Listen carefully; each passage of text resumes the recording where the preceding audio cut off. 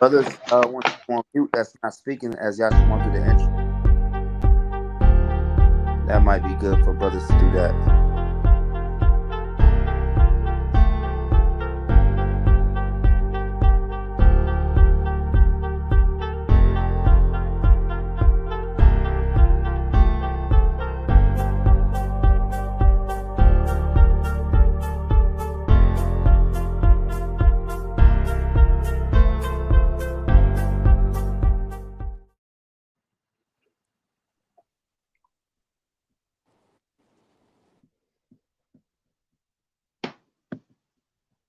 All right, shalom, shalom. First off, we want to give all praises, honor, and glory to Yahweh by Hashem Yahweh Shah. Shalom to everybody that's tuning in to Yahweh's Camp Wednesday Night Live. Tonight we go get into that Daniel chapter 8, about Daniel's vision, going into the ram and the goat, and we go get into some prophecy and some history, and we just go break it down. All right, so this is Brother Yashawan by Yahweh.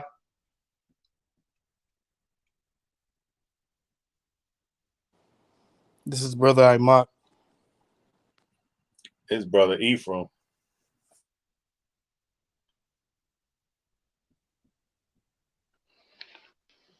Khan, Shalom. This is Yashu. Praise to the Most High, Yahweh, Yahweh Shai.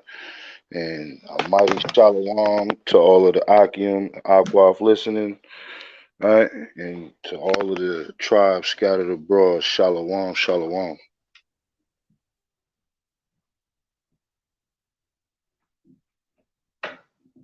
And we also got Officer Raham on here too. All right, so we go get into it. Ephraim, you want to start in Daniel 8:1? Big Khan. So we go get right into it, right? So again, we going into the Daniel chapter 8 about Daniel's vision, going into the ram and the goat, and we go get into some history, and we go into some prophecy. All right. So when you get there, go to Daniel 8, and then we go read down to verse 14 just to get a sense of the vision, and then we go, go back and break it down. All right.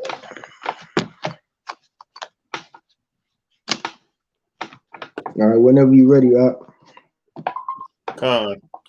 The book of Daniel, chapter 8, verse 1. In the 3rd year of the reign of King Belshazzar, a vision appeared unto me, even unto me. All right, so we going into the time where it says in the 3rd year of the reign of King Belshazzar, right? So this is during the time of the Babylonians, right? Because Belshazzar, he was the son of Nebuchadnezzar, right? But this was after the time of Nebuchadnezzar, right? So read that again from the top, Baba Kashar. In the 3rd year of the reign of King Belshazzar, a vision appeared unto me, even unto me, Daniel, after that which appeared unto me at the first.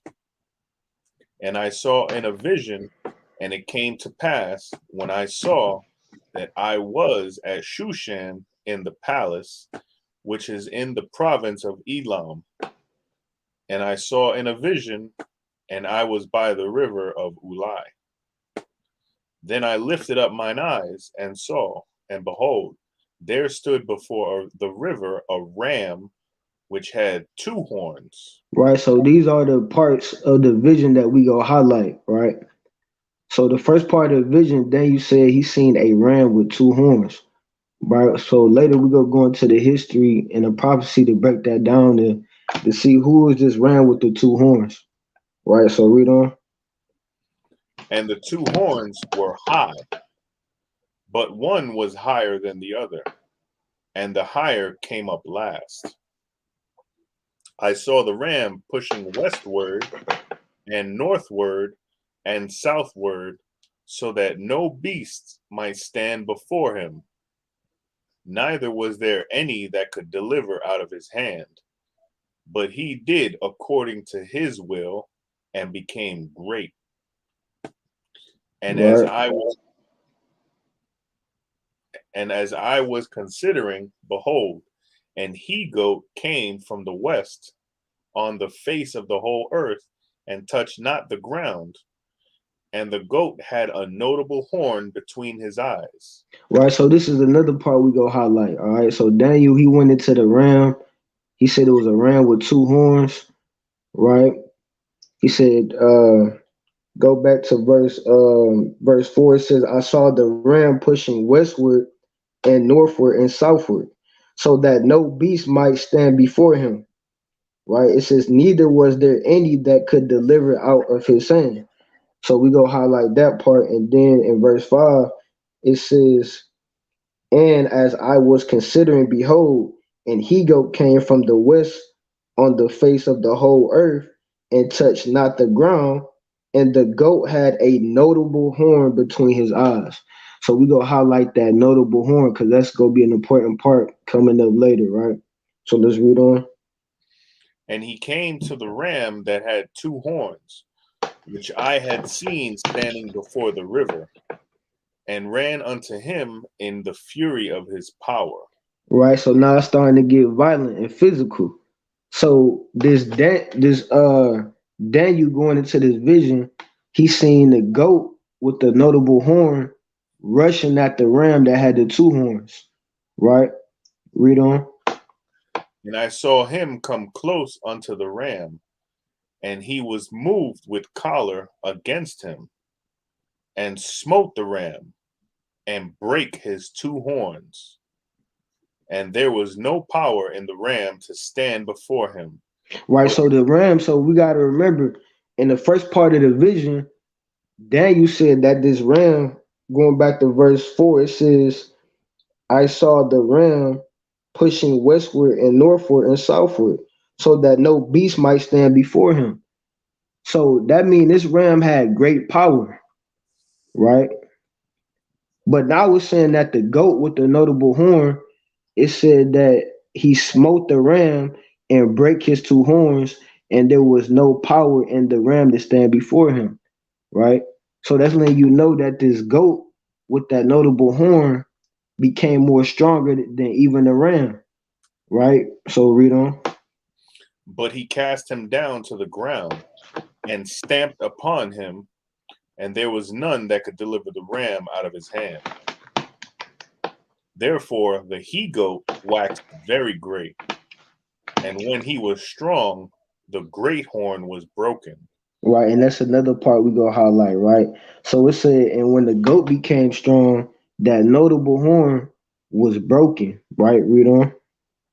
And for it came up four notable ones toward the Mm-hmm. four winds of heaven.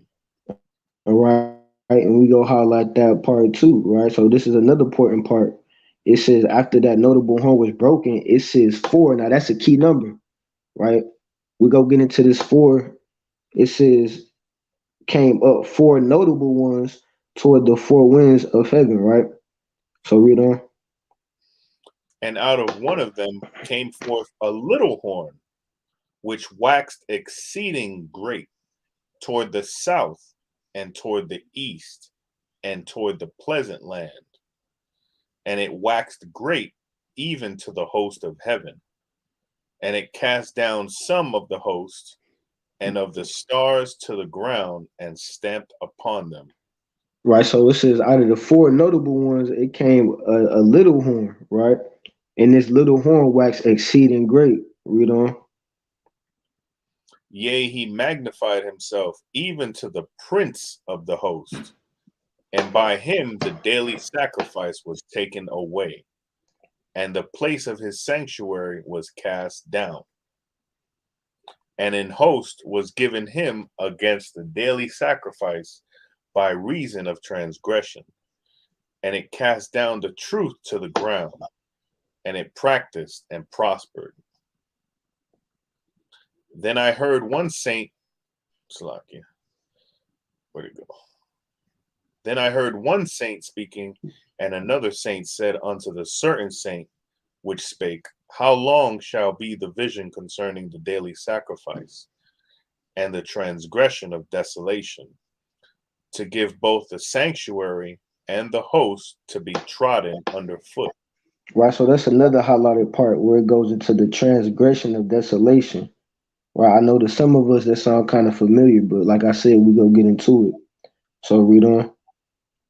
And he said unto me, unto 2,300 days, then shall the sanctuary be cleansed. Mm-hmm. And it came to pass, when I, even I, Daniel, had seen the vision and sought for the meaning, then behold, there stood before me as the appearance of a man. And I heard a man's voice between the banks of Ulai, which called and said, Gabriel, make Right, this so man. so it said Gabriel. So Gabriel is one of the archangels, right? So you could also read about Gabriel in the book of Luke, right? When he came down and spoke with Mary, right? So read on. Gabriel, make this man to understand the vision. Right, so now the angel is gonna give Daniel the understanding on his vision, and then we go backtrack and go over it again when we get this understanding. So read on. So he came near where I stood, and when he came, I was afraid and fell upon my face. But he said unto me, understand, O Son of Man, for at the time of the end shall be the vision. Now, as he was speaking with me, I was in a deep sleep on my face toward the ground. But he touched me, and I set me upright, and set me upright. He said, behold, I will make thee know what shall be in the last end of the indignation, for at the time appointed the end shall be. Right, so now we finna get the meaning of the vision, right? So let's read that next verse and then we go stop right there. God. The goat and the ram which Salakia, and the ram which thou sawest having two horns are the kings of Media and Persia. Right, so now we getting an understanding about the vision. So the first thing that Daniel saw was the ram with the two horns, and now the angel was breaking it down to Daniel, and he said in verse 20, the ram which thou sawest having two horns are the kings of Media and Persia. So we gonna go into some history real quick about the kings of Media and Persia, right? All right, So I what's have a going on? You say precept you to got 10 and precept 11. I don't know if to 10. 12 and 4. I don't know if you already got that down. What you got? Revelation 12 and 4. All right, you could go into it if you want to. All right, you gonna go bring it out? You gonna wait for you? No, I ain't got that. You could go into it. Okay, Con. This is the book of Revelation, chapter 12, verse 4. And his tail drew the third part of the stars of heaven and did cast them to the earth. And the dragon stood before the woman which was ready to be delivered, for to devour her child as soon as it was born. That goes into verse 11, the daily sacrifice. Con.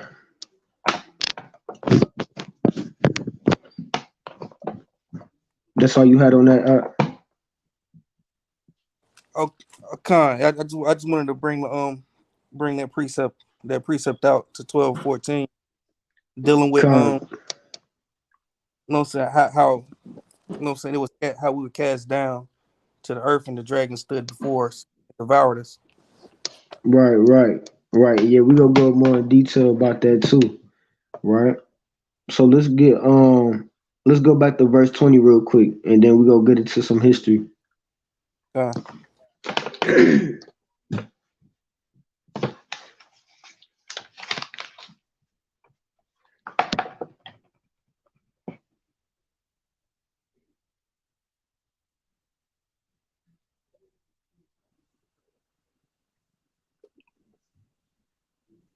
Did go Ephraim, you there? Yeah, I'm here. All right, can you read verse 20 again, and then we gonna go God. into some history. Khan. The ram which thou sawest having 2 horns are the kings of Media and Persia. Right. So going back to the ram, it said the ram with the 2 horns that represented the kings of Persia and Media, right? So we go into the history about the kings of the Persians and the Medes real quick, right? So let's go to can you type this in real quick on the screen? Can you put this up on the screen? Mm-hmm. Can you pull up the Achaemenid Empire? Khan. Let me open up a new.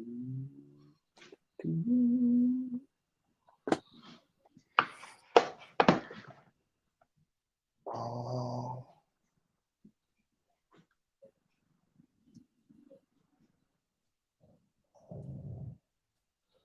There it is.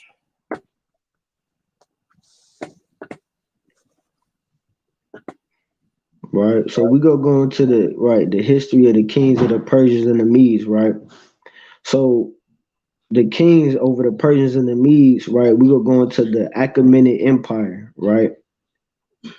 So the Achaemenid Empire was founded by a man named Achaemenes, right?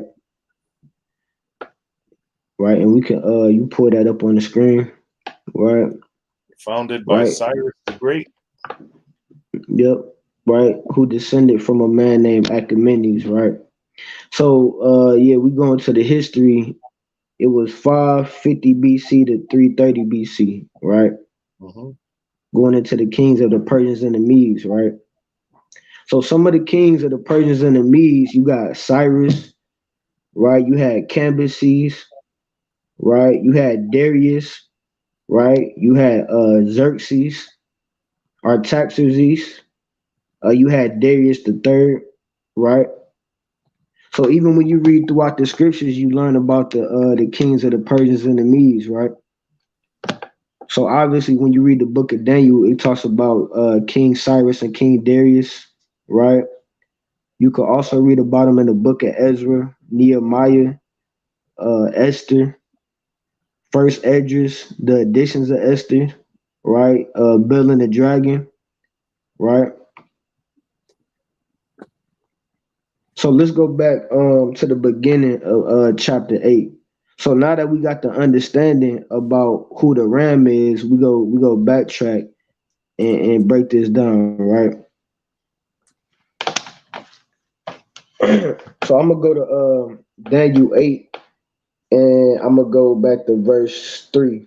It says, Then I lifted up my eyes and saw, and behold, there stood before the river a ram which had 2 horns. Right? And it just said the ram that had the 2 horns represented the kings of the Persians and the Medes. And the 2 horns were high, but the one was higher than the other. And the higher came up last. Right? It says, verse 4, I saw the ram pushing westward and northward and southward, so that no beast might stand before him. So that's going into when the Persians and the Medes came into power. Basically, it's saying that no other kingdom can stand up against them. Right at that point in time, they had the power to conquer different territories. So when the Persians and the Medes came into power, they didn't just rule over Persia and Media. They ruled over different nations and territories, like he going bringing it up on the screen, right? Right. So that's when it's going into when it says the ram was pushing. It says, I saw the ram pushing westward and northward and southward, so that no beast might stand before him. Right. So you seeing all the lands that the Persians and the Medes had control over. Right. And let me bring this precept out real quick. All right. I'm gonna go to let me go to Esther. I'm gonna go to book of Esther, chapter 1, verse 1, real quick. Right.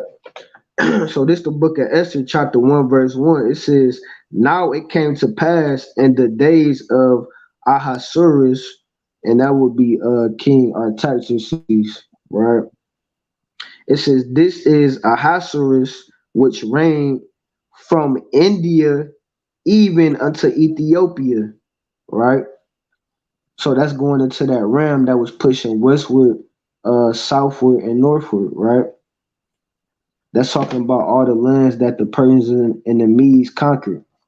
So, like you see on the screen, it says from India all the way to Ethiopia, right?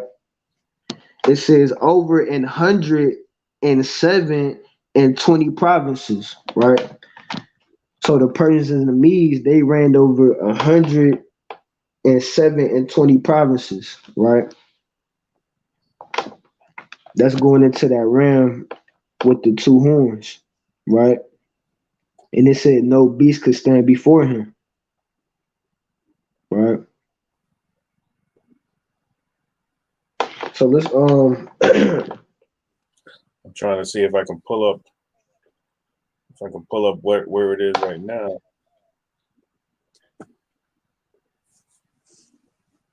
yeah, that's the old map, right? Old map. Yeah. So it said that they had territory all the way from modern day India to Ethiopia, That's from over here, right? all the way over here. So that's a lot of land that they had control over, right? That looks pretty much the same. Yep. So that's that ram with the two horns that was pushing westward, northward, and southward, right? So let's go back. So it says I saw the ram pushing westward and northward and southward, so that no beast might stand before him. Neither was there any that could deliver out of his hand. Right? Right. So at that point in time, the Lord gave the Persians and the Medes the power to conquer those territories, right? So all the kings of the heathens, right? Like you read it in matter of fact, let me get this real quick too. This is the book of Daniel, chapter 4, verse 17. It says, this matter is by the decree of the watchers and the demand by the word of the holy ones, to the intent that the living may know that the Most High ruleth in the kingdom of men and giveth it to whomsoever he will, right? So at that point in time, the Lord gave the kingdom to the Persians and the Medes. This was after the Babylonians ruled, right? Because you could say the same thing about Nebuchadnezzar when the Babylonians came into power. They ruled over many different nations and territories, right? So at that point in time, the Lord gave that power to the Persians and the Medes to take over the Babylonians, and they was the world power at that point in time, right? So it says that the living may know that the Most High ruleth in the kingdom of men, right, and giveth it to whomsoever he will, and setteth up over it the bases of men, right? So all these heathens are the bases of men, right? Con. Nebuchadnezzar and the Babylonians, Pharaoh and all the different rulers of Egypt, all the rulers of Assyria, the Persians and the Medes, right? All these different kingdoms that the heathens have control and power over. These are the bases of men that the Most High set up, right? Precept. Con, Con. That's because it says just looking at that, it says the Most High ruleth in the kingdom of men and giveth it, right? Giveth the kingdom to whomsoever he will, right? We understand that the Most High gives the power and the authority and the rulership to the base men, right? To the lower class people, Esau and all these other nations. They're not, they're not fit to rule the kingdom, but the Most High gave it to them. They didn't earn it. They didn't. It wasn't smarter than anybody. It wasn't right, like they just outthought people. You know how they try to put that out there, like they outsmarted and just got the kingdom. No, it was given to them. This is why a nation like Israel, being mighty as we are we at the bottom because the Most High put us there. It had to be the Most High. But this is Job 9:24. It said the con, earth is given into the hand of the wicked. Meaning the Most High gave it to them. They didn't do anything to earn it. They didn't have any because they kind of are like naturally like just like not smart people, just naturally, right? Right. And they don't really. We know we talking about Esau, so a lot of them are like basemen, and they do weird stuff, and they act funny, and they act like they just off. This they Right. always been off, and so a Right. nation like that got the power they got today because the Most High gave it to them, right? And that's what I want to kind of go into, but you're doing a good Con. job. All praise to the Most High. Con. And that's the thing. Hey, when we out there on Glenwood Avenue on Friday nights, we see all the nations out there. Man, them Asians, them so called Chinese and Japanese and them Persians and all them Arabs, man, they be looking weak as hell.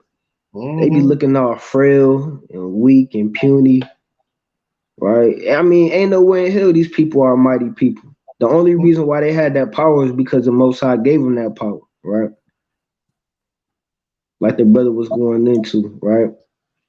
That's the same thing that Yahawah told Pontius Pilate, right? Right before he was crucified. Then he said, you ain't gonna say nothing. Don't you know I got power to control over whether you live or die? Mm-hmm. And what Yahweh told him, he said, look, you wouldn't have no power if it didn't come from the Most High, So right? I got a precept for you. Con, It's Job 30:8. They were children of fools, yea, children of base men. They were viler than the earth.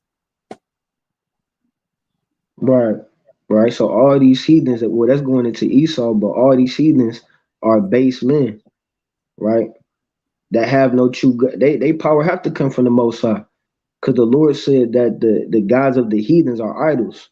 So they don't have a true God. They don't have a God that they could call upon and get power from, right? So let's get back to that in Daniel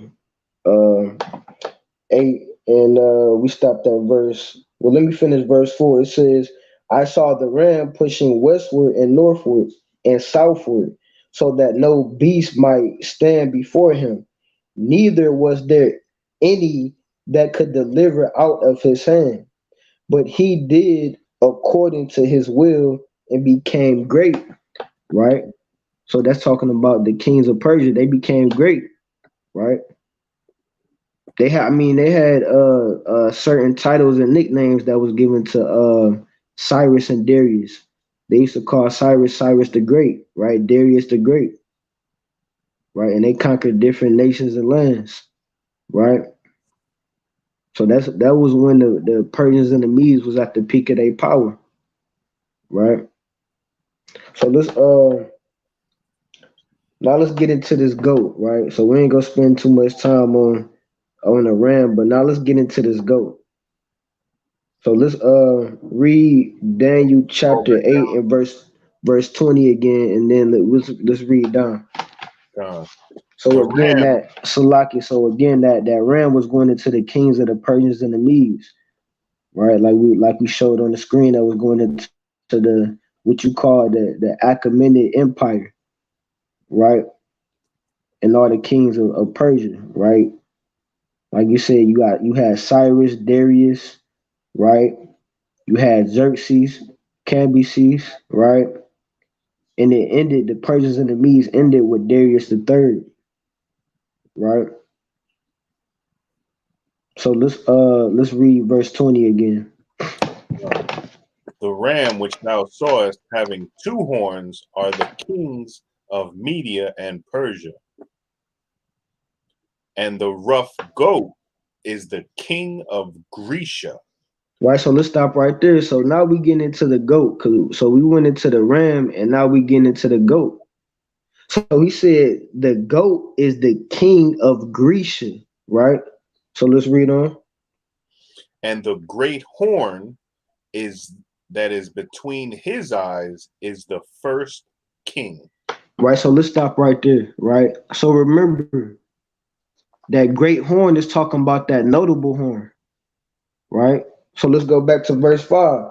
It says, it's Daniel 8 and 5. And as I was considering, behold, and he goat came from the west on the face of the whole earth, and touched not the ground.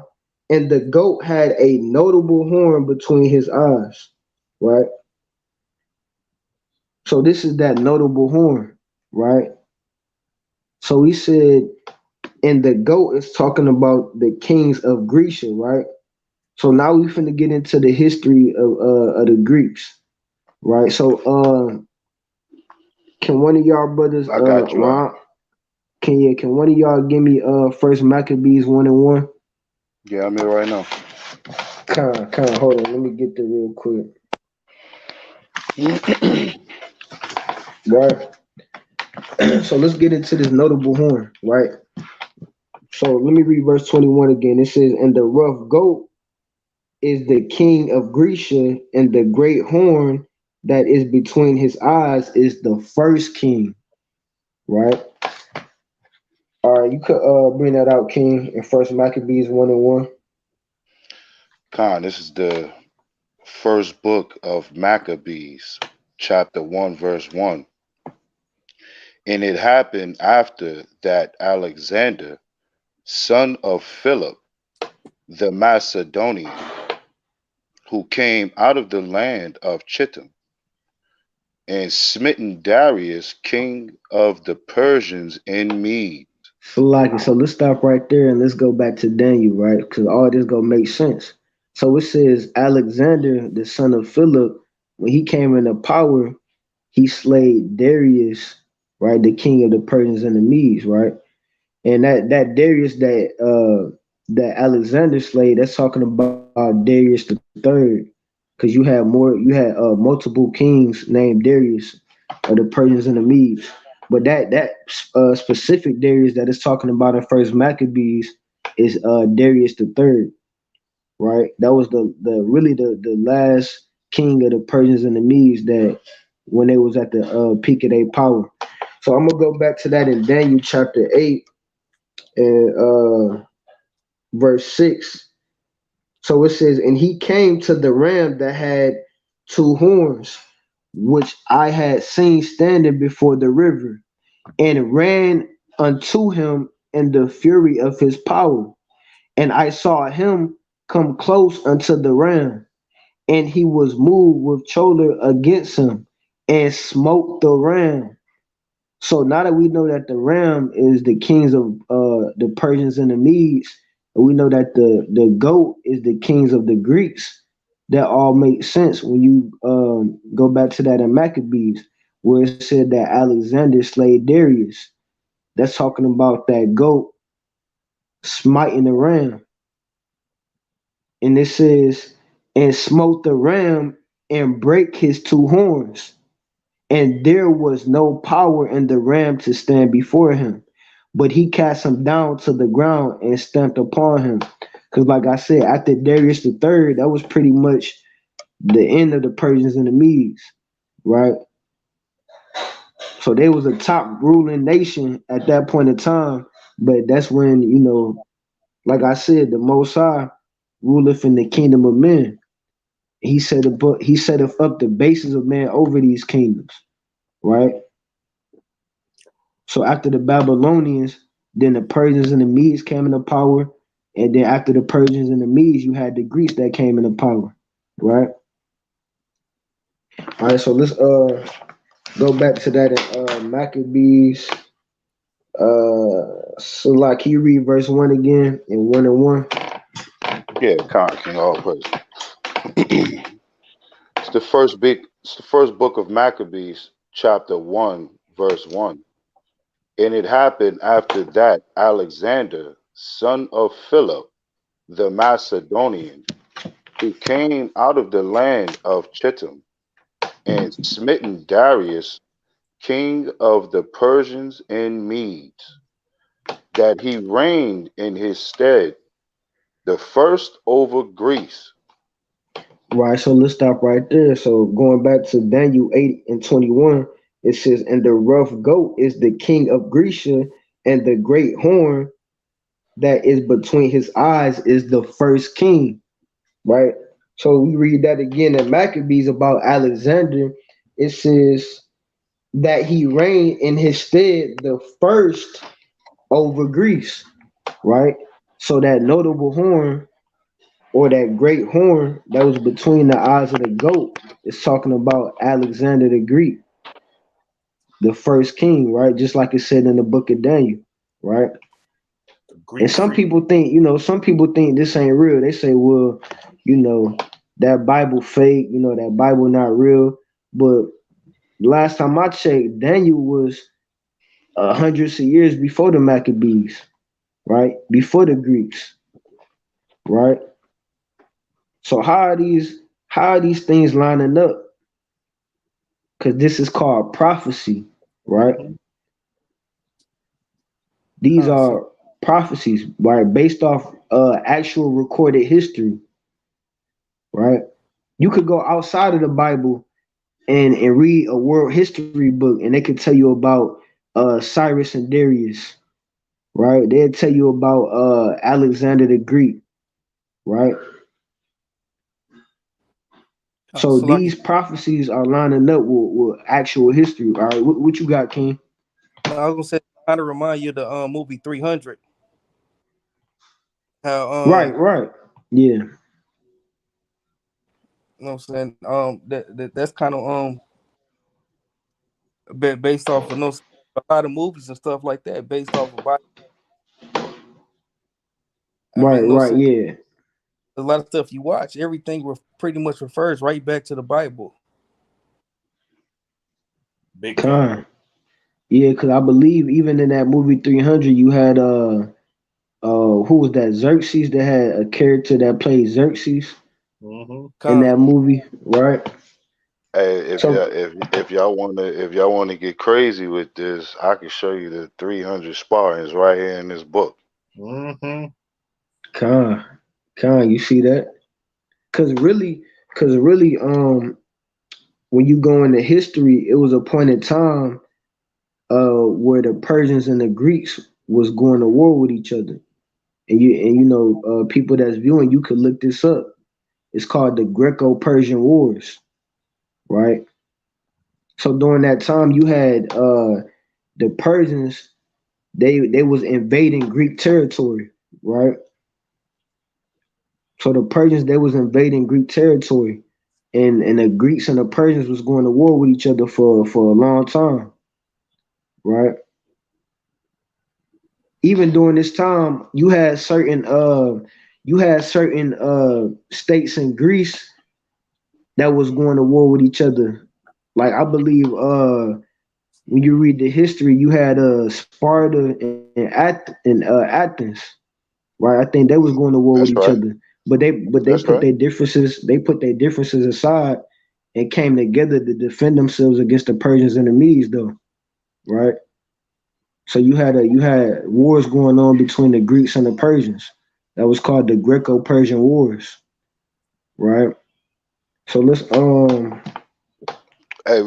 quick, Yashawan, while we right there on that topic, mhm. going into that history, and we could even come back and do a crazy lesson off of this, going into that history in the wars of the Greeks, and showing, how even the Greeks in the New Testament lines up with why the apostles was even in those areas, and why there's no difference between Jew and Greek. But let's just prove Right. that real quick about the Yeah, Spartans. so Lucky, yeah, that's the spirit because I thought about doing that too. A different class about that too. All praises. Kind Let's do it. Ephraim, can you put up First Maccabees chapter 12 verse 1? Big time.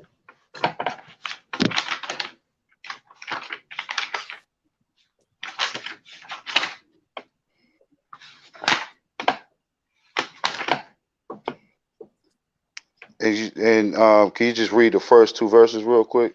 Absolutely. The Hmm. book of First Maccabees, chapter 12, verse 1.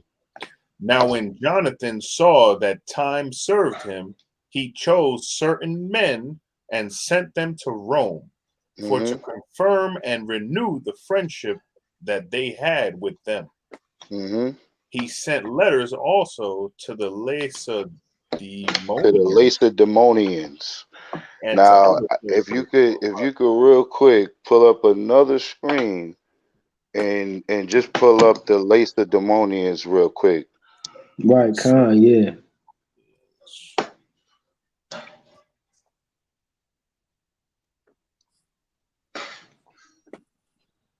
While he's doing that, you finish reading it. No, not yet. Okay. Oh, mythology. Yeah, that's not good enough. Where is Nah, keep going down. Let me see. Keep going down. All right. Click on that right there, just for this one? right, yeah. Let me just see that real quick.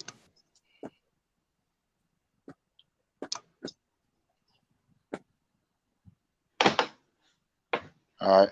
So you see, any way you can make that a little bigger, just to show just a little brief portion of that.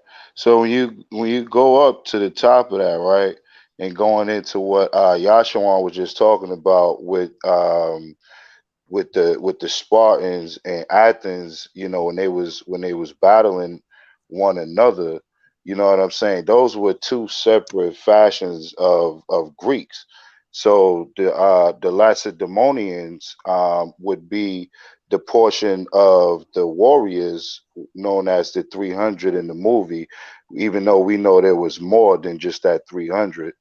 Um, they would be the considered, like, if you go into the ancient artifacts, if you study these wars, you could even see in the many art and crafts that they have during that time, that a lot of those images, you'll see black people, and then you'll see what's depicted as white people with spears in their hands fighting.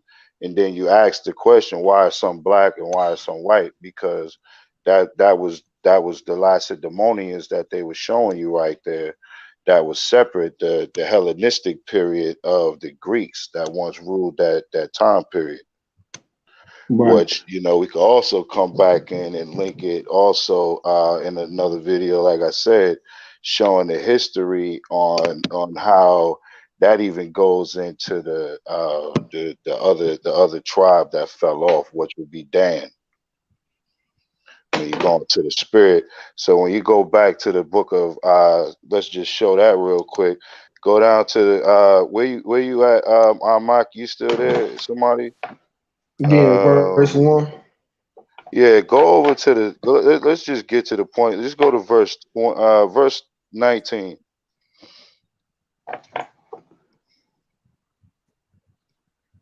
Well, let's start at 17 real quick.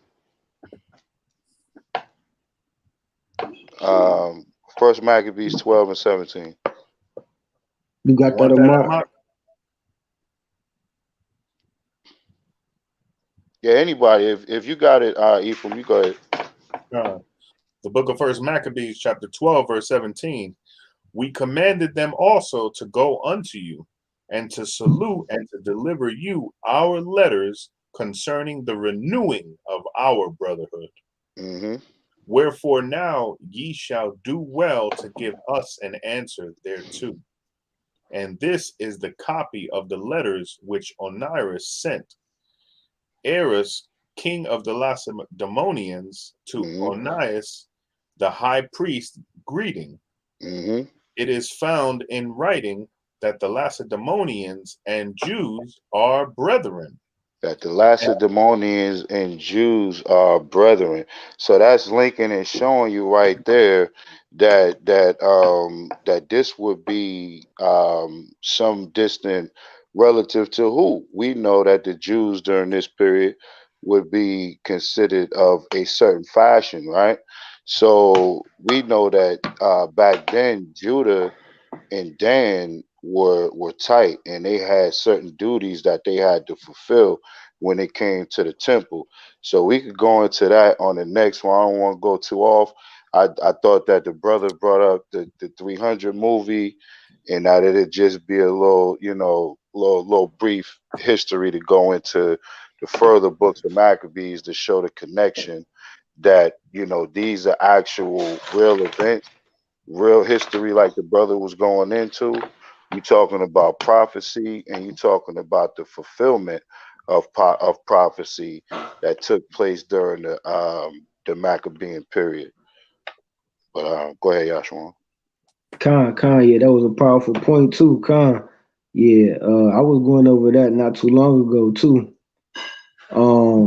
But like the brother said, like we're gonna try to go into that another time too, to link that in with the New Testament, where it go into the Greeks and the Jews.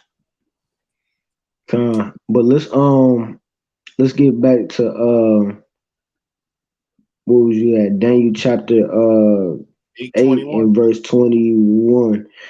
So going back to that the goat and the notable horn, like we just read, that was going into Alexander the Greek, because it said in the notable horn in verse 21, it said, and the rough goat is the king of Grecia, and the great horn that is between his eyes is the first king.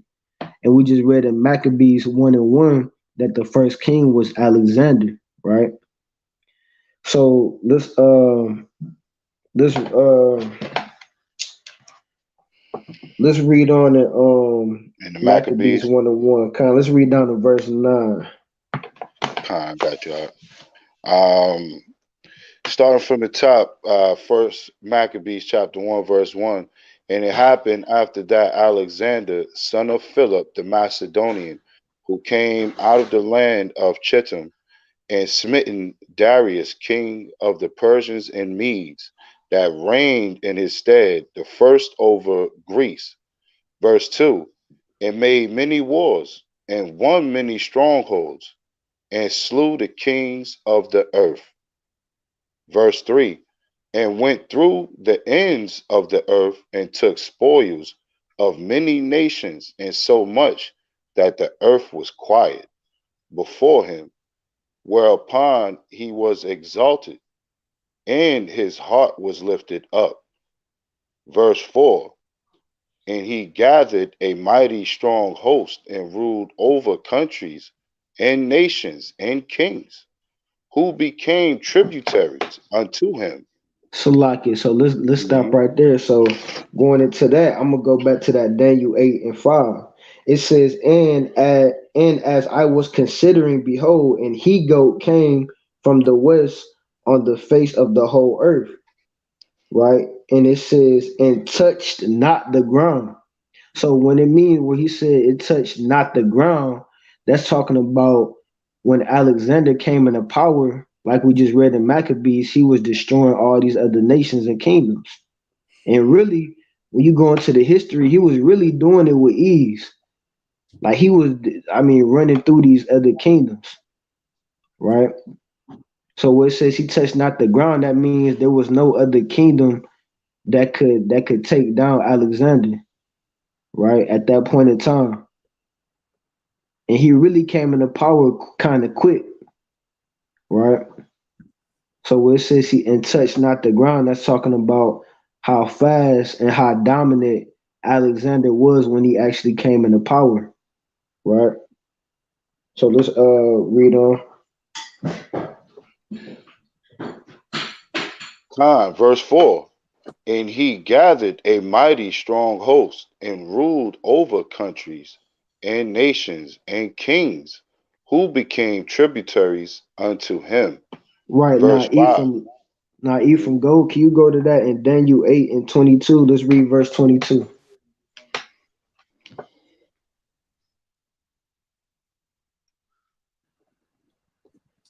Khan. Now that being broken, Right. whereas four. So remember. So let's go into this part now. Now remember, it said that that notable horn was broken, right? that notable horn, which is Alexander the Greek, was broken, right? So now let's read this in First Maccabees 1 and verse 5. Let's read verse 5. Khan. It's the book of First Maccabees, chapter 1 and verse 5. And after these things he fell sick and perceived that he should die. Right, so Verse 6. that's that Khan. notable horn being broken, right? Where it says Alexander feels sick and it was his time to die. That was that notable horn being broken, right? Mm-hmm. So let's read on. Khan. Verse 6. Wherefore he called his servants, such as with him from his youth, and parted his kingdom among them while he was yet alive. Right, so let's stop right there, right? So we going step for step and going into this into Daniel's vision. Because like I said, all this history is tying up with Daniel's vision, right? So you got this world history going into this prophecy, right? So I'm gonna read verse 22 in Daniel chapter 8. It says, "Now that being broken," which is talking about Alexander when he feels sick. It says, "Whereas four stood up for it, four kingdoms shall stand up out of the nation, but not in his power." Right. So remember that was a key. That was a key number. That four. So after Alexander feels sick, it says, "Whereas four stood up for it." So his kingdom was divided between four different men. And that's going into that Maccabees where it says, "Wherefore he called his servants such as were honorable and had been brought up with him from his youth, and parted his kingdom among them." Right? So that's talking about that four notable men that came up after Alexander. So now we finna yeah, we go read down to verse 9 of Maccabees, and then we go into the four notable men that came after Alexander. Verse 7. So Alexander reigned 12 years and then died. Verse 8. And his servants bear rule, every one in his place. Verse 9. And after his death, they all put crowns upon themselves. So did their sons after them. Many years and evils were multiplied in the earth.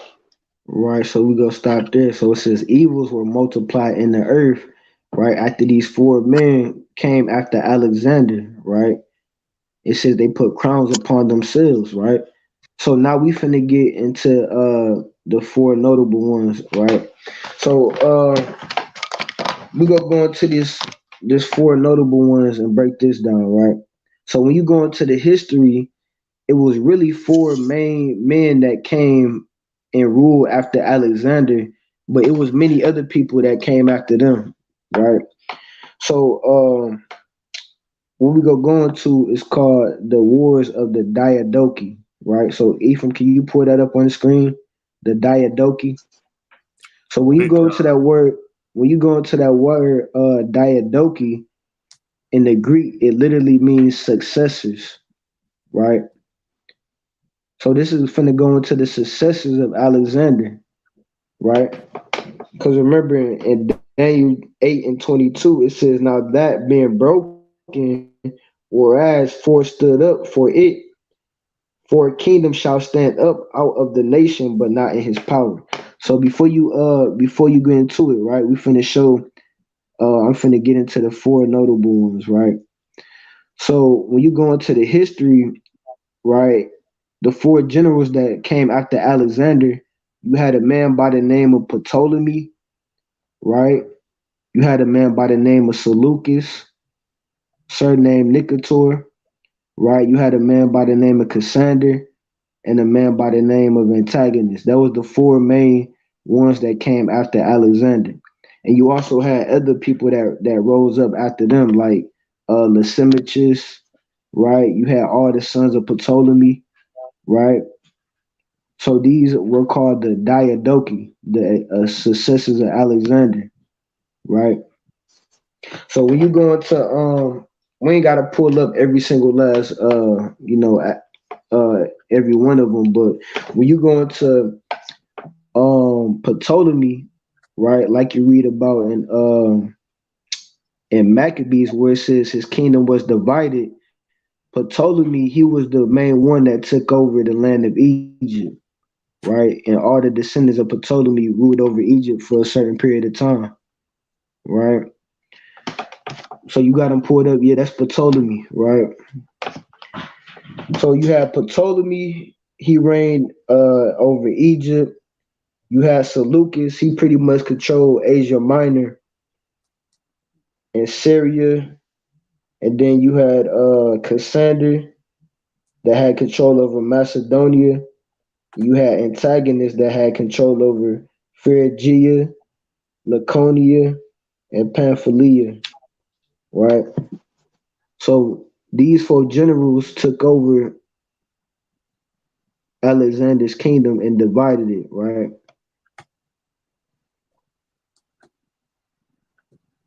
Can y'all see that? Right.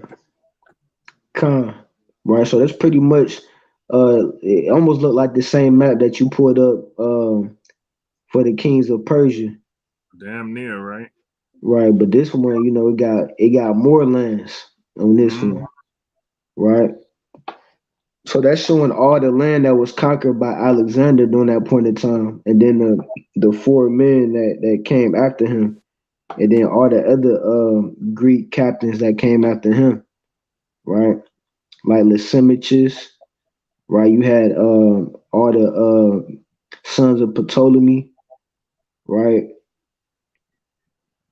So let's get back to that Daniel 8 and 22. Now that being broken, whereas four stood up for it, four kingdoms shall stand up out of the nation, but not Mm-hmm. in his power. And in the latter time of their kingdom, when the transgressors are come to the full, a Right, so king. let's stop right there, right? So it says in the latter time of their kingdom, right? Because like I said, you go into the wars of the Diadochi, and really there was some of them was going to war with each other, right? To see how much of Alexander's land that they could take over, right? Because his kingdom was divided, right? So you had when Lysimachus came into power, you had Lysimachus, you had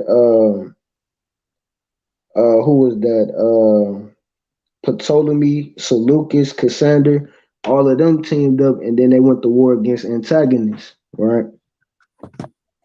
When you go into the wars of the Diadochi, right? So those are the four notable ones that stood up in the place of Alexander after his death, right? So let's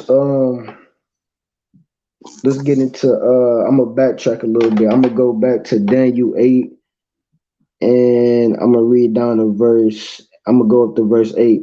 It says, "Therefore the he goat waxed very great."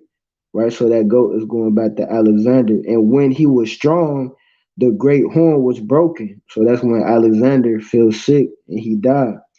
And for it came up four notable ones toward the four winds of heaven. Right, and like we just went into it, that was Ptolemy, Cassander, Seleucus, antagonist, right? And it says, and out of one of them came forth a little horn, which waxed exceeding great, right? So now we finna get into this little horn that came out of the Diadochi, right? So let's finish reading that Ephraim in verse 23. To go into that the little horn.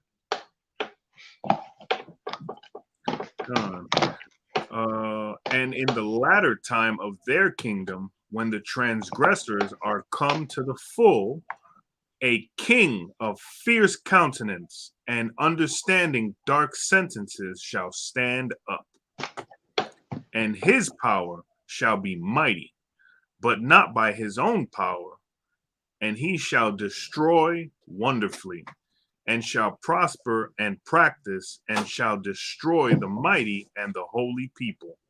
Mm-hmm. Read down to verse 25. Salakia.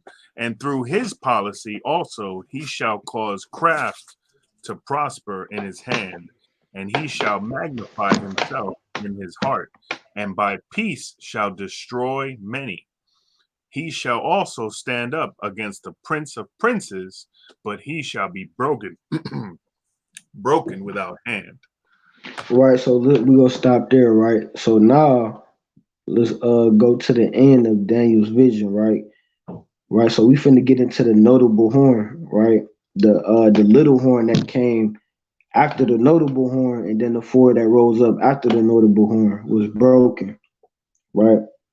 So let's go to First Maccabees 1 and verse 10, and then we go jump a little bit.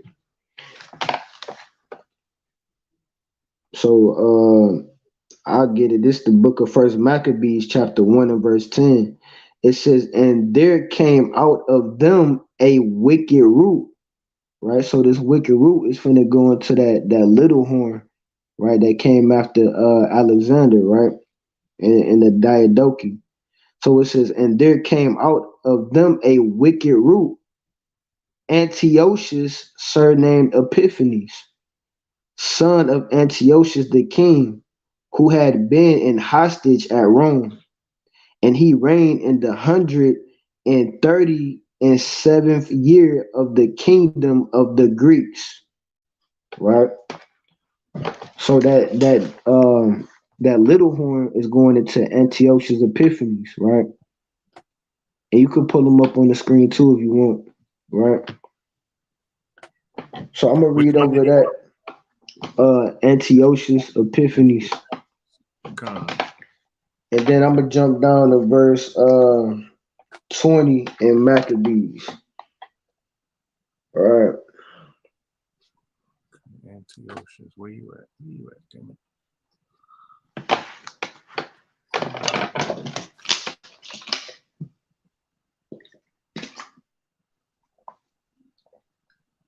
I just saw him. Where the hell did he go?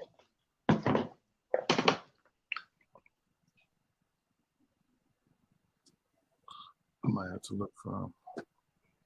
Yeah, I don't think he on that one. Nah.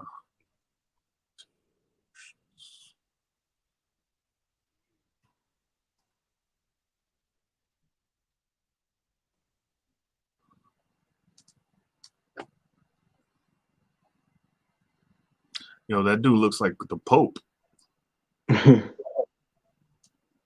That's Epiphanes. No, I think that was right. Which number Antiochus are we looking for? Antiochus the king. Antiochus Epiphanes.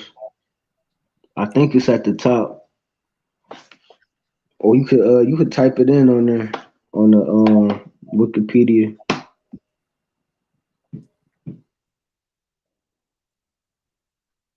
There it is. Right, yeah, at the top, right there, Epiphanes. Oh, he looks even worse. All right.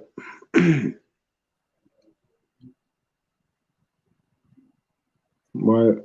So let's right. So you could go and look up if you were viewing, right, and go into the history of Antiochus, right? So like we said, we don't have to go into the Bible and read about this history, right? You could go on Wikipedia, you could go to the library and read any world history book, and you could read about the same things that we reading about in the Bible, right? So I'm gonna go back to that in Daniel chapter 8, and then I'm gonna go back to back to the top. Yeah, I'm gonna go back to verse 23, right? So Daniel 8 and 23, it says, in the latter time of their kingdom, when the transgressors are come to the full, a king of fierce countenance and understanding dark sentences shall stand up, and his power shall be mighty, but not by his own power. And he shall destroy wonderfully, and shall prosper and practice, and shall destroy the mighty and the holy people. Right. So we finna break this down to give the understanding on how we know this talking about Antiochus, right? Because it said he will destroy the mighty and the holy people, right? So who are the holy people, right? In Deuteronomy 7:6, who did the Lord say was the holy people that he chose to be above all people upon the face of the earth, right? Right, for thou art a holy people unto the Lord thy God. The Lord thy God have chosen thee, right, to be a special people, right? So we are holy people unto the Lord. And you know that's talking about Israel when you read in Deuteronomy 1 and 1 and Deuteronomy 29 and 1, right? So we finna go back to that in Maccabees, and I'm gonna read verse 20. It says, and after that Antiochus had smitten Egypt. So this talking about when he went to war with Ptolemy Philometor, right? So Antiochus went into Egypt and he defeated Ptolemy Philometor. And you can look up this history too for everybody that's viewing, right? So it says, verse 20, and after that Antiochus had smitten Egypt, he returned again in the 143rd year and went up against Israel and Jerusalem with a great multitude. So going back to that Daniel 8 and 23, it says, and he will go against the mighty and the holy people. That's talking about the Israelites, because we the holy people, right? So it says, and went up against Israel and Jerusalem with a great multitude, and entered proudly into the sanctuary, and took away the golden altar, and the candlestick of light, and all the vessels thereof, and the table of the showbread, and the pouring vessels, and the veils, and the censers of gold, and the veil, and the crowns, and the golden ornaments that were before the temple, all which he poured off. Right? He took also the silver and the gold and the precious vessels. Also, he took the hidden treasures which he found. And when he had taken all away, he went into his own land, having made a great massacre and spoken very proudly, right? It says, therefore, there was great mourning in Israel in every place where they were, right? So that the princes and elders mourned, the virgins and young men were made feeble, and the beauty of woman was changed, right? So that's going into when it says in verse 23 in Daniel chapter 8, so like in verse 24, it says, and his power shall be mighty, but not by his own power. And he shall destroy wonderfully, and shall prosper and practice, and shall destroy the mighty and the holy people. And we just read that in First Maccabees, chapter 1 and verse 20 down to 26, right?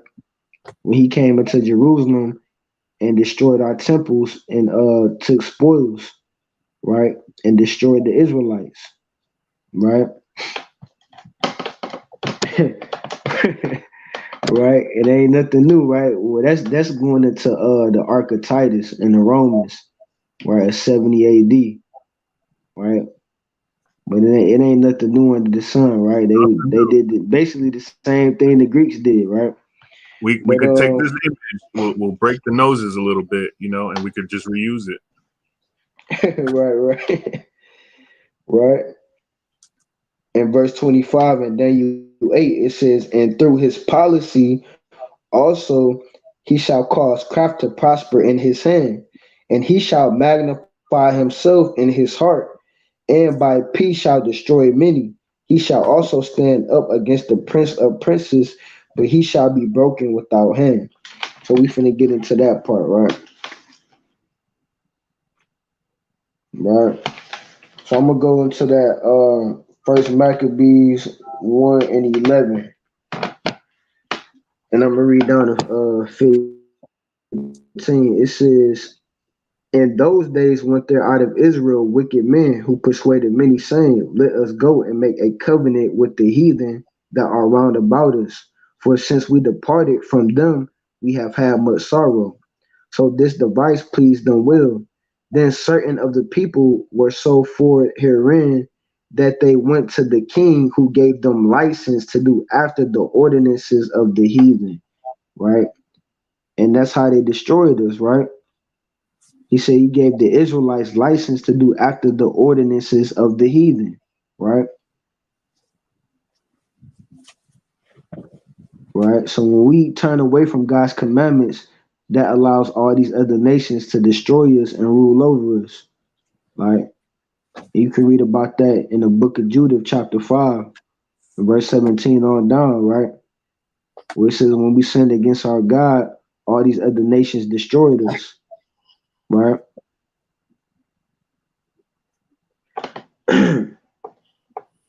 Verse 14, it says, whereupon they built a place of exercise at Jerusalem, according to the customs of the heathen, and made themselves uncircumcised, and forsook the holy covenant, right? So that's how he destroyed the holy people, because we forsake the holy covenant, right?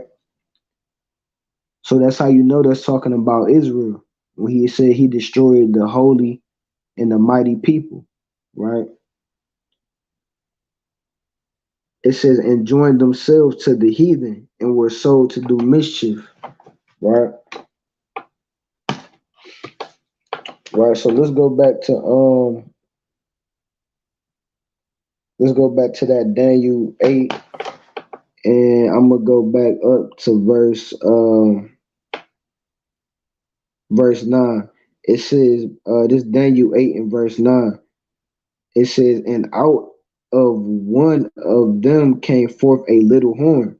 Right. So like we went into, that little horn is talking about Antiochus Epiphanes, right? It says, which waxed exceeding great toward the south and toward the east and toward the pleasant land, right? That's going into when he came into Jerusalem and destroyed us, right? And it waxed great even to the host of heaven, and it cast down some of the hosts and of the stars to the ground, and stamped upon them. Yea, he magnified himself even to the prince of the hosts, and by him the daily sacrifice was taken away, and the place of his sanctuary was cast down, and an host was given him against the daily sacrifice by reason of transgression, and it cast down the truth to the ground, and it practiced and prospered, right? So we finna get into that part, right? Because like we said, Gotcha. all the kind, you got a precept. Yeah, I just wanted to touch on that pleasant land in verse 9. It says, and out of one of them came forth a little horn which waxed exceeding great toward the south and toward the east, toward the pleasant land. And that's definitely talking about the land of Israel.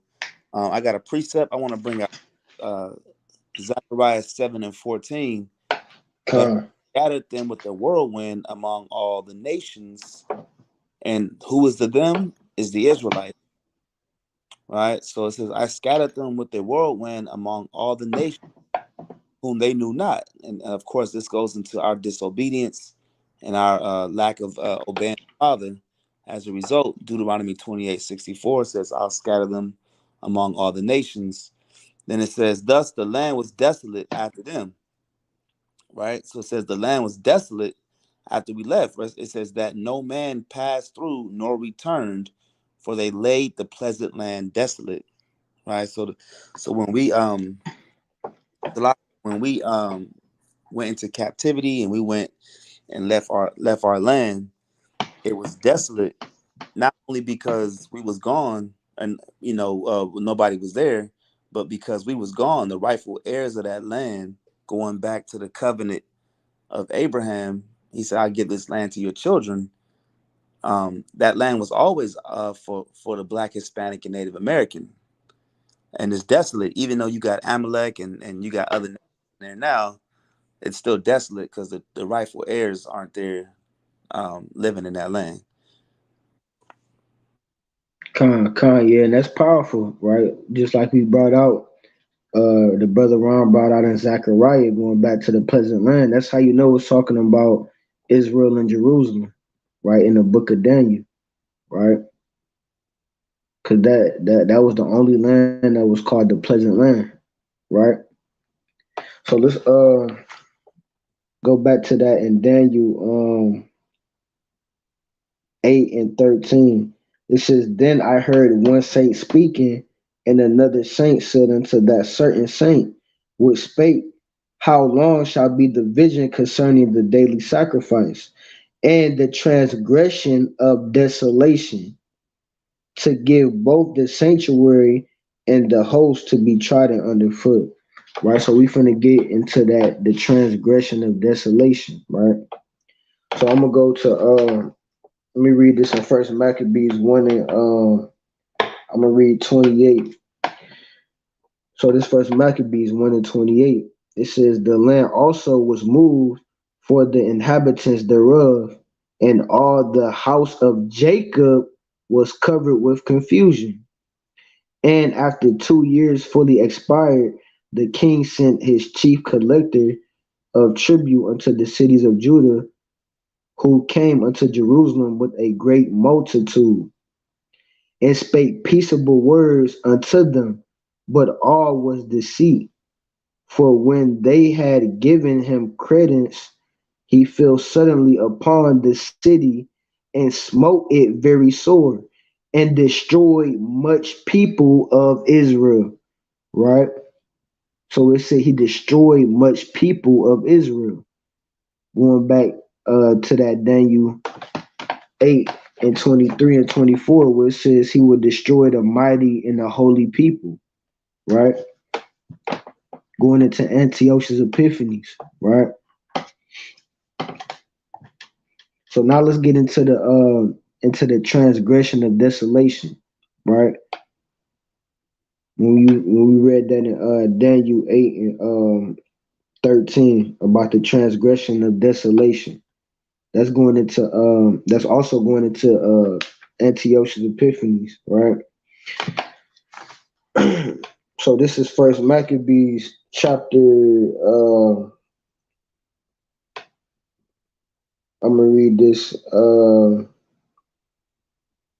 chapter 1 and verse 41.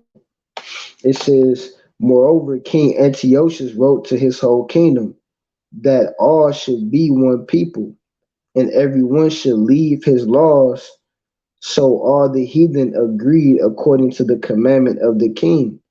Yea, many also of the Israelites consented to his religion, and sacrificed unto idols and profaned the Sabbath. Right? So that's going into the transgression of desolation. It says, even many of the Israelites consented to his religion, right? And sacrificed unto idols, right?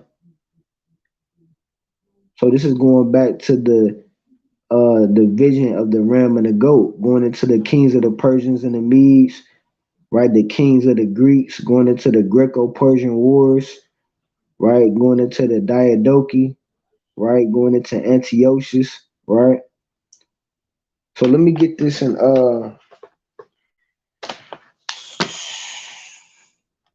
let me go to this in Daniel. I'm gonna go to Daniel chapter 11. Hey Ephraim, can you give me Daniel 11 and 28?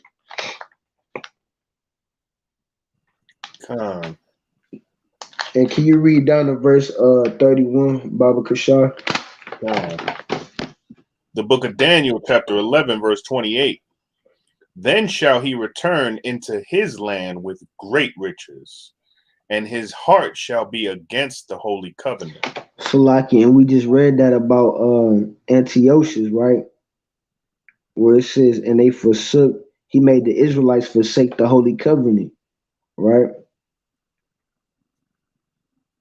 Because that was his whole plan from the beginning, to get the Israelites to forsake our laws and commandments. Because we not gonna read it, but when you read the first chapter in Maccabees, it tell you that they was burning the laws, right? They said if you was caught keeping the laws and commandments, they would put you to death, right? If you was caught circumcising your children, keeping the Sabbath day, keeping the high holy days, you would get put to death, right? So read on. And he shall do exploits and return to his own land. At the time appointed, he shall return and come toward the south, but it shall not be as the former or as the latter. For the ships of Chittim shall come against him. Therefore he shall be grieved and return and have indignation against the holy covenant. So shall he do, he shall even return and have intelligence with them that forsake the holy covenant. Right, and them that forsook the holy covenant we just read was the Israelites, right? Because they said, "Let us go and make a covenant with the heathen." Right, so they forsook the Lord's covenant, and they went and made a covenant with the heathen. Right. So read on. An arm shall stand on his part, and they shall pollute the sanctuary of strength, and shall Hmm. take away the daily sacrifice. And we just read about that in Daniel chapter 8, about the sacrifice and the sanctuary being trodden down. Right. Read on. And they shall place the abomination that maketh desolate. Right. So that's the second time we saying this, because we just read about that in Daniel 8, the transgression of desolation. Right. Now it says, and they shall place the abomination that maketh desolate. Right. And this is all going back to that little horn that Daniel saw in his vision, which is Antiochus Epiphanes, right? So let's go. Let me read this in First Maccabees. I'm gonna read verse 43, and I'm gonna read down to 54. So this First Maccabees chapter 1, verse 43. It says, "Yea, many also of the Israelites consented to his religion, and sacrificed unto idols, and profaned the Sabbath. For the king had sent letters by messengers unto Jerusalem and the cities of Judah, that they should follow the strange laws of the land, and forbid burnt offerings and sacrifice and drink offerings in the temple, and that they should profane the Sabbaths and festival days, and pollute the sanctuary and holy people, set up altars and groves and chapels of idols, and sacrifice swine's flesh and unclean beasts." Right? So these are the things that go into the transgression or the abomination of desolation, right? That we read about in Daniel chapter 8 and Daniel chapter 11, right? Because when you go into the Greeks, you go into their history, they worship many gods, right? They worshipped Athena, right? They worshipped your god named Uranus, right? They had Hades, the god of the underworld, right? Hermes, right? And we go get into their main god, right? So it says, verse 48, that they should also leave their children uncircumcised and make their souls abominable with all manner of uncleanness and profanation, to the end they might forget the law and change all the ordinances. And whosoever would not do according to the commandment of the king, he said he should die. So like we were just going into, if you was caught circumcising your children, right, keeping the Sabbath day, keeping the high holy days, right, you would get put to death, right? You would be destroyed, right? Because like we was reading about in Daniel, it said that notable that little horn that came out of the notable horn, it says he would despise the holy covenant and he would destroy the holy people, right? Verse 51, it says, in the self same manner wrote he to his whole kingdom and appointed overseers over all the people, commanding the cities of Judah to sacrifice city by city. Right. So this is how wicked, this get. He set up overseers to make sure that the cities of Judah was sacrificing unto all these idols and to the gods of the Grecians. Overseer, Mr. Officer. Right, right, right. So this is right. This is get. That's why the Lord Hey, said that. hey, still out there. That's wild. That's about what's coming though. You know what I mean? Full circle. Ain't nothing new under the sun. Big You know comment. what I'm saying? We're not gonna be able to service the Most High, keep the laws, go out on the highways and the byways. Only thing we're gonna be able to do is celebrate Christmas, their New Year's, and be and be damn sheeple led to the slaughter. You know what I mean? Except Right, for those mighty warriors that still gonna go out and party and tell the devil he's the devil. All praise to the Most High. Bring it out. right, right. So that's why they said back in the beginning of Maccabees, it said when the Greeks came into power, man, when Esau came into power, it said that evils was increased, right? It said evils was increased upon the face of the earth, right? And that's how you know these people had to be wicked as hell too, right? Because the Persians and the Medes was wicked, the Babylonians was wicked, the Egyptians they was wicked as hell. But when it said Esau came into power, it said evils increase upon the face of the earth. You got to think about that, right? Because the Greeks, man, they was into all type of idol worship, right? All type of homosexual acts, right?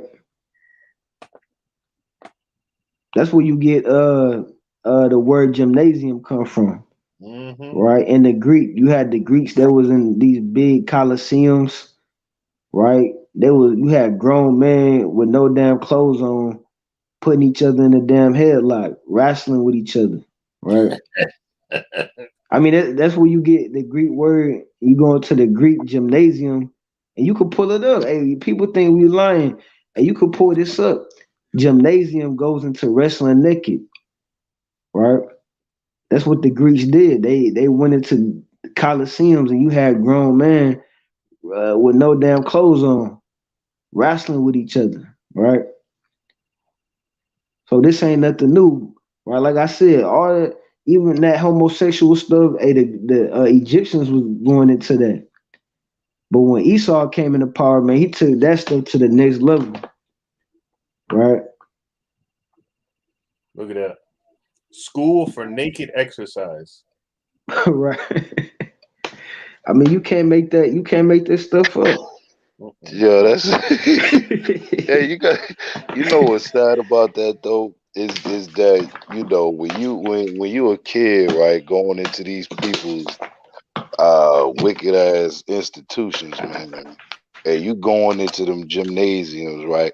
None of them teachers, none of the coaches, nobody, sat down and said, you know what, let me teach this right here so they know we not gonna do that up in here. But it's like it's open playground now in the school system to be the gymnasium. Damn shame. Right, right. Right? Why they don't tell you what these words mean? Right? I mean, that's trifling as hell, man. Right? That's why I say evils increased upon the face of the earth. Right? And these the people, and you wonder why the Lord said, "And Esau have I hated." Right? Mm-hmm. You wonder why what the Lord said, what He said in Hebrews 12:16. We say it was no more profane person than Esau. Right? That's why I say Esau was rejected. Right? The damn devil that the Bible speaks about. Right? These people not fit to rule in the kingdom of heaven. It said when they had their kingdom, evils increase upon the face of the earth. Right? But you still got people out here that want, all these nations to, rule with us in the kingdom. Well, brother, they can't rule with us in the kingdom. If they rule with us, they gonna be sacrificing the idols. They gonna be damn wrestling in the damn gymnasium with no clothes on. Right? They gonna be sacrificing swine's flesh upon the altar. Right? So that's why we have to be the ruling power, the ruling nation. Right? So all these nations, they had they certain period of time to rule. But in Daniel 7:18, it said, when the saints shall take the kingdom, we go rule forever and ever. Right? And there ain't gonna be no more worshiping all these other gods and doing all that homosexual acts and sacrificing swine's flesh and doing all that weird stuff. We ain't doing that. No All fruity right? booties allowed. Hey, look, we ain't even, they don't even need the taskmasters and the overseers to force our people to eat swine's flesh and service Mm-hmm. other guys. And they do it every Sunday, right in church, right at the altar. Mm. You know Right. what I mean? Living Yeah. prophecy, man, right now. And Right. they Right. You dance. see that? They dance around with it in front of your face. Right. Yep. You see that? So now they destroyed it so much. Now we do it willingly. You know what I'm saying? We in the church talking about praise Jesus, right? And we finna get into that. So let me read down the verse 54. It says in the self same manner, this first Maccabees 1:51. In the self same manner wrote he to his whole kingdom, and appointed overseers over all the people, commanding the cities of Judah to sacrifice city by city. Then many of the people were gathered unto them, to wit, everyone that forsook the law, and so they committed evils in the land, and drove the Israelites into secret places, even wheresoever they could flee for succor. Now the 15th day of the month Caslu, in the 145th year, they set up the abomination of desolation. So let's go back to that in Daniel 11 real quick. You still there? You from Daniel 11 and 31, right? Con, So we go get into this and we go end it. con. And arms shall stand on his part, and they shall pollute the sanctuary of strength, and Right, shall take away the daily sacrifice, right. and they shall place the abomination that maketh desolate. The abomination that maketh desolate, right? So Daniel prophesied about what would happen during the time of the Maccabees, right? And this is lining up with actual world history. So these are prophecies that's lining up with world history. It says the abomination that maketh desolate. So let's read that. Let me read this again in First Maccabees, right?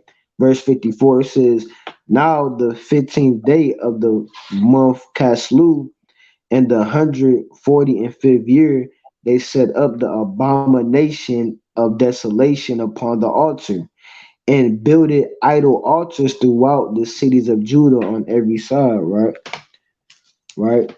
So the abomination of desolation, when you go into it, that's going into the top idol of the Greeks. So they was sacrificing swine's flesh upon the altars unto the gods of the Greeks. right? And when you look at the gods of the Greeks, like I just named some of them, but they really they top god was Zeus, right? Also known as Olympius, right? So Hey, when you Salakia, I wonder if that's why, when you look at all their statues, all those bastards are naked. right, yeah, all the Greeks and the Romans, right? Even when you go into certain cities, right? Like Washington D.C., they got all them Greeks and the Roman statues with grown men and little boys, with no clothes on, That shit is disgusting. right? So going into the abomination of desolation, that's going into like I said, you had Zeus, also known as Jupiter, Olympius, all these different Greek gods, right? That was their top god, right? And really, when you go into even when you go into the Yahawah, right, and you go into the what they call the so-called New Testament, right? If you break down his name in the Greek, that's really worship goes into the worshiping of Zeus, right? Because his name is Jesus, but it really goes into the worshiping of Zeus. That's where they get that from, right? Or Isus, Right. That goes into Hell Zeus, right? With or the I worshiping of is Zeus, Zeus. right? Right in front of their faces, and not one person questions it. Right. Hey, Salakia. Hey, you know what's funny though is when we out there in the streets and we out there teaching, you some brother that's drunk on Glenwood Avenue, and he tries to give us this information, right? As if we don't study and talk about these things.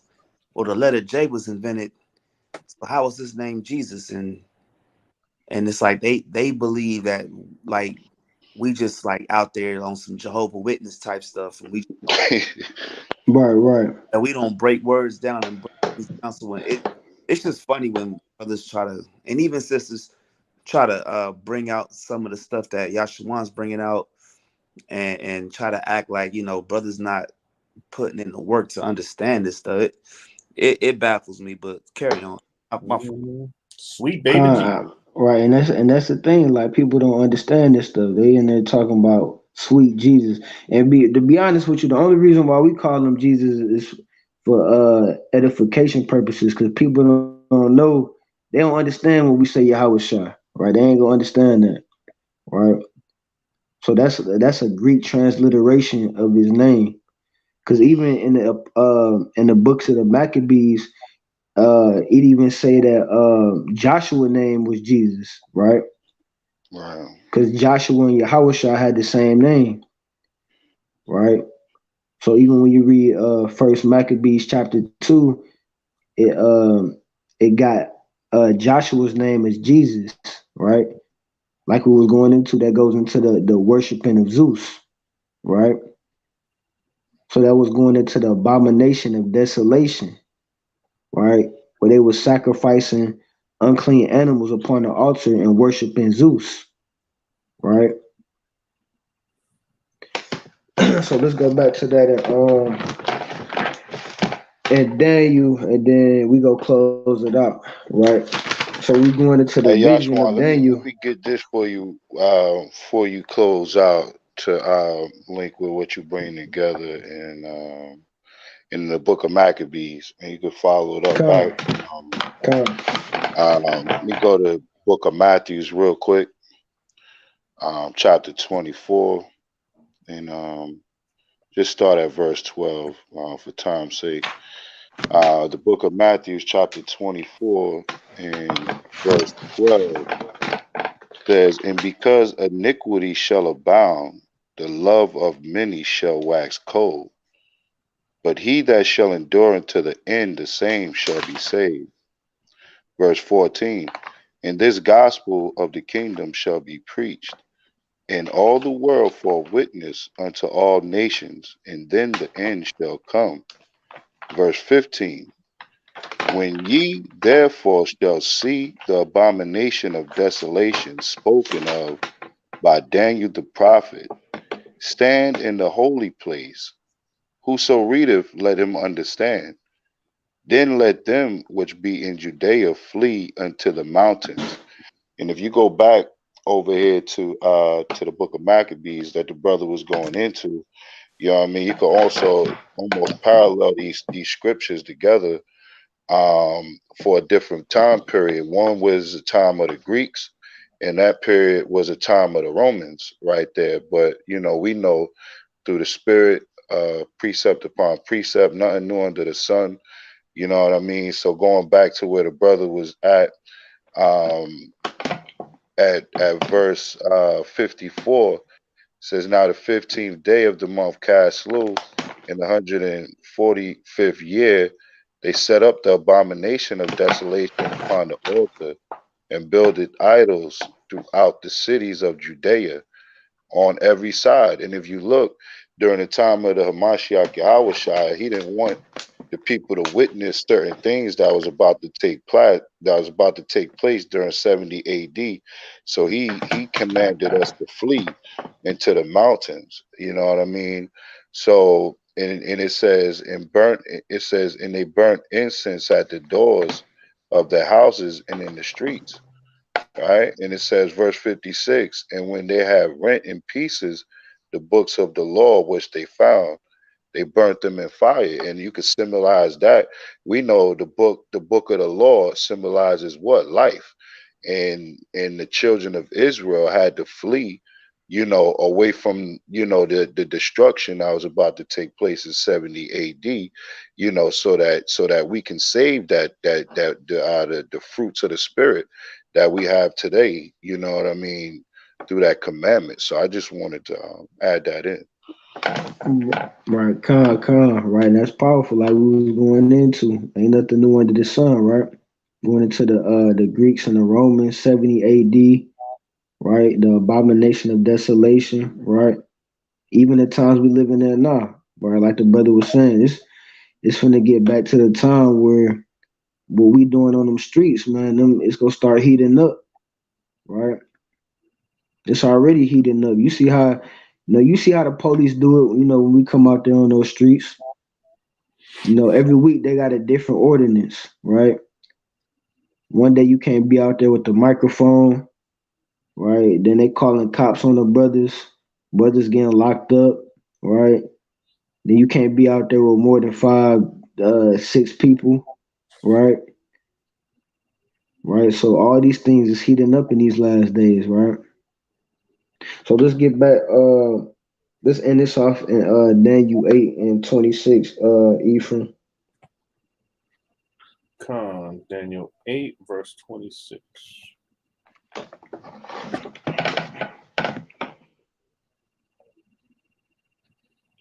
Come on, Slowpoke. The book of Daniel, chapter 8, verse 26. And the vision of the evening and the morning, which was told, is true. Right. Where? So it said the vision that was told was true, right? So we just went over a lot of different points in history, right? So, like I said, this is true history that's lining up with this prophecy. And we just went into the vision of the ram and the goat, right? We went into the Persians and the Medes and the Achaemenid Empire, right? We went into the history of Alexander the Greek, right? We went into the history of the Diadochi, right? The history of Antiochus and the Maccabees, right? The history of 70 AD, right? So all these things, you know, we encourage people to, you know, brothers and sisters to look this up on your own and get deep into this stuff, right? Because a lot of these, you know, different prophecies that's in Daniel, Revelation, Second Esdras, Ezekiel, all these things you will, you know, it'd be easier to understand if you go deep into certain history, right? Right. So let's finish that off of verse 26.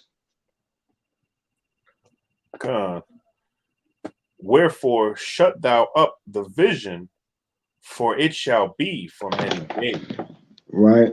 So now the Most High put in our spirit in these last days go over, the visions and the prophecies that our forefathers spoke about, right? And break these things down in these last days for our people to have understanding what's coming to the earth, right? But hey, that's gonna be the end of this lesson, right? Unless, any brothers got another precept they want to bring out. But if not, that's gonna be it for me. Anybody got something else they want to bring out? King, well spoken, well class, great class. All praise to the Most High YAHAWAH'S. Khan. All praises. If that's it, we go close out. Again, we want to give all praises, honor, and glory to Yahweh by Shem Yahweh Shah. Lord willing, brothers and sisters was edified. Right, Lord willing, you can learn something from this lesson. Like I said, we want to give all praises to the Most High. The water for everybody that tapped into Yahweh's Camp Wednesday Night Live.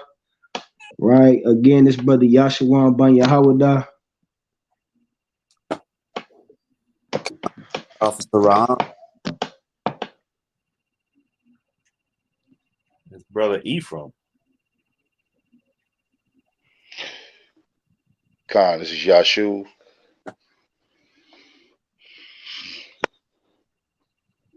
Is a mock still or a mock dipped out? Nah, he got replaced by You got Officer Malak, who's been quiet. Oh yeah, I didn't even notice he jumped on.